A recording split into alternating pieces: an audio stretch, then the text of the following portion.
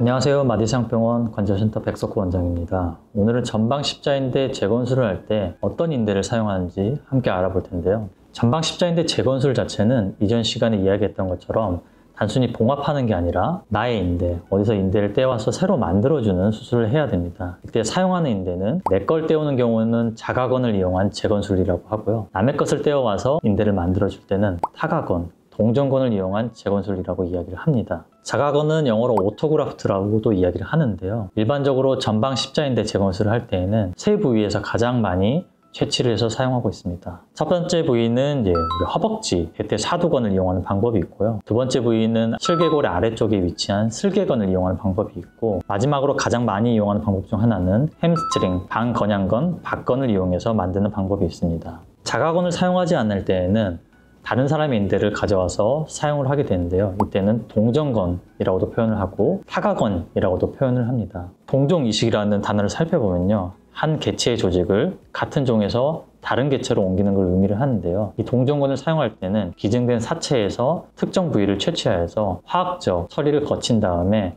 제품화해서 사용을 할 수가 있습니다. 크게 두 가지 형태로 나오는데요. 하나는 그림에서 보시는 것처럼 인대만 제품화돼서 나오는 경우가 있고, 두 번째의 경우는 한쪽에 뼈가 있고 한쪽에는 인대가 있는 이러한 제품들도 존재합니다. 그럼 여러 가지 수술 방법들이 있는데 도대체 남들은 어떠한 인대를 사용해서 수술하는지 알아보면요. 먼저 국제적인 경향에 대해서 살펴보겠습니다. 2023년에 무릎의 국제적인 학회에서 발표한 내용인데요. 전 세계 2017명의 의사를 대상으로 설문조사를 했습니다. 이때 자가건을 사용하는 퍼센테이지는 98%, 거의 대부분의 의사들이 자가건을 이용해서 전방 십자인대 재건술을 하고 있고요. 한 1에서 2% 정도는 동정건을 이용해서 재건술을 하고 있습니다. 어떤 자가건을 사용하는지 살펴보면요. 대부분의 경우에는 햄스트링 사용이 가장 많습니다. 표에 보시는 노란색 부분이 햄스트링의 사용 빈도인데요. 아시아나 오세아니아, 남미, 유럽, 아프리카에서는 햄스트링 사용이 가장 많습니다. 반면에 북미에서는 햄스트링과 더불어서 슬개건을 사용해서 재건술을 많이 시행을 하고 있습니다. 그럼 국내에서는 도대체 어떤 인대를 많이 사용하는지 국민건강보험공단 기준을 보고 살펴보겠습니다. 2023년 네이처라는 논문에 발표가 되었고요. 이때에는 2003년에서 21년까지 우리나라에서 시행된 전방 십자인대 재건술 통계 자료를 바탕으로 조사를 하였습니다. 총 14만 6천 건의 전방 십자인대 재건술이 이루어졌고요. 이 중에서 82.9%, 약 80% 이상이 동정건을 사용해서 재건술을 했고, 17에서 18% 정도는 자가건을 이용해서 전방 십자인대 재건술을 시행했습니다. 이처럼 국제적인 경향과 국내에 사용하는 경향이 다른데요. 이는 여러 가지 이유가 있을 수 있겠지만 문화적인 차이가 있을 수도 있고요. 두 번째는 헬스케어 시스템의 차이가 있어서 이러한 차이가 발생할 수 있습니다. 그렇다면 무조건 내 걸 쓰는 게 좋은가, 남의 걸 쓰는 건 안 좋은 건가, 여기에 대해서 함께 알아보도록 하겠습니다. 그림에서 보시면 앞서 설명한 것처럼 전방 십자인대 재건술은 대퇴 사두건, 슬개건, 햄스트링을 가장 많이 이용을 하게 되는데요. 대퇴 사두건과 슬개건 같은 경우에는 슬개골에서 뼈를 채취해서 한쪽에 뼈가 붙어있는 형태, 인대가 붙어있는 형태의 자가건을 만들 수가 있습니다. 하지만 햄스트링 같은 경우에는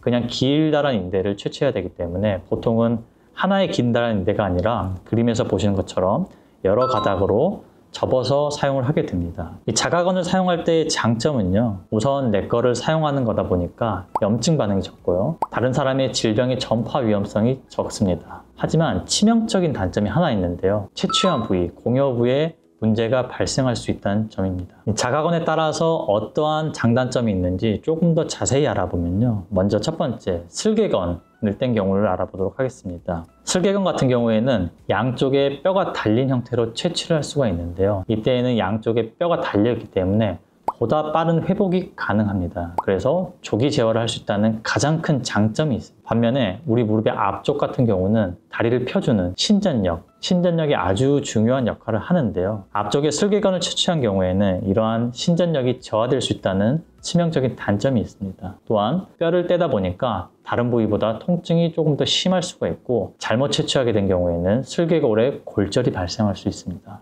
그 다음 많이 사용하는 햄스트링에 대해서 알아보면요. 이 햄스트링은 다른 자가건 채취 부위보다 통증이 적다는 장점이 있고요. 길다랗게 떼어서 여러 번 접어서 사용하다 보니까 다른 자가건에 비해서 강도가 강하다는 장점이 있습니다. 반면에 단점은 뼈를 떼지 않고 인대와 뼈가 붙어서 회복돼야 되기 때문에 초반에 약한 초기 고정 강도를 갖습니다. 따라서 자가건을 사용했음에도 불구하고 재활의 속도가 다른 자가근에 비해서 늦다는 단점이 있습니다. 마지막은 햄스트링 같은 경우는 우리의 무릎을 구부려주는 역할을 하게 되는데요. 운동선수 같은 경우에는 달리기를 하거나 무릎을 구부려 하는 힘이 굉장히 중요한데요. 이러한 햄스트링을 떼게 되면 운동 능력이 떨어지거나 조기 복귀하는데 크게 어려움이 있을 수가 있습니다. 따라서 운동선수의 경우에는 이러한 햄스트링을 사용한다기보다는 타가건이나 동전건을 이용해서 수술하는 경우가 많습니다. 마지막 대퇴사두건에 대해서 이야기를 해보면요. 대퇴사두건도 한쪽에는 인대, 한쪽에는 뼈를 떼서 채취를 할 수 있기 때문에 초기 고정 강도가 세다는 장점이 있어서 재활이보다 쉽다는 장점이 있습니다. 하지만 슬개건을 뗄 때와 마찬가지로 신전력이 약화될 수가 있고 잘못 채취하는 경우에는 슬개골이 골절이 될 수 있다는 치명적인 단점이 있습니다.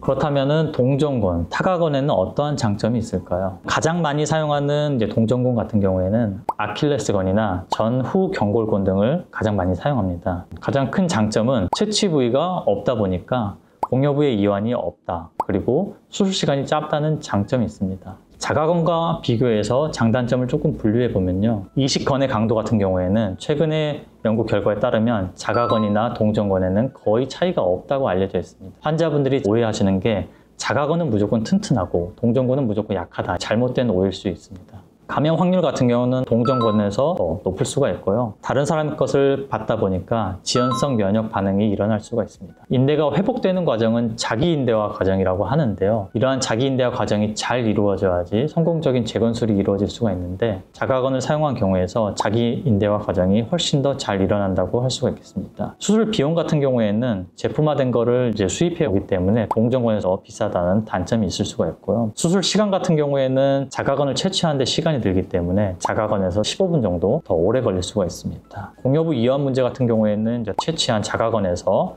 발생할 수 있다는 단점이 있고요. 환자분들이 가장 많이 걱정한 재파열이나 수술 실패 가능성은 동전건에서 조금 더 잘 일어난다고 알려져 있습니다. 오늘은 전방 십자인대 재건술을 할 때 자가건의 장단점, 타가건의 장단점에 대해서 설명을 드렸는데요. 무조건 어느 인대가 좋다 이런 건 없기 때문에 주치의와 상의하셔서 본인에게 맞는 적절한 수술 방법을 선택하시길 바라겠습니다. 이상 마디상병원 백석부 원장이었습니다.